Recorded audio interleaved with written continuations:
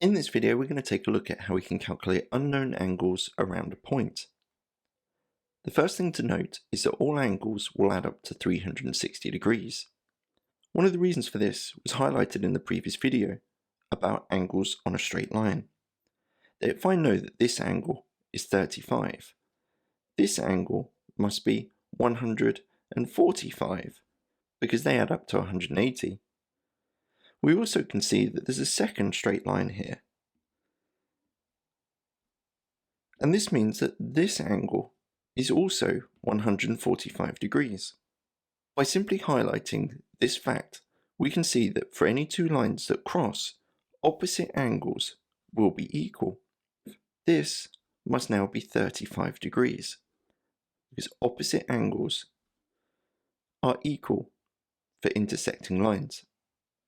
So y is equal to 35 degrees, and the technical term for this is called vertically opposite angles.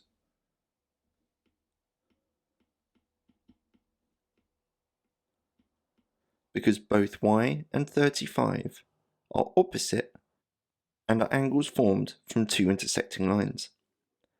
Pause the video here and have a go at the question on the right hand side. When you're ready for the answer, press play.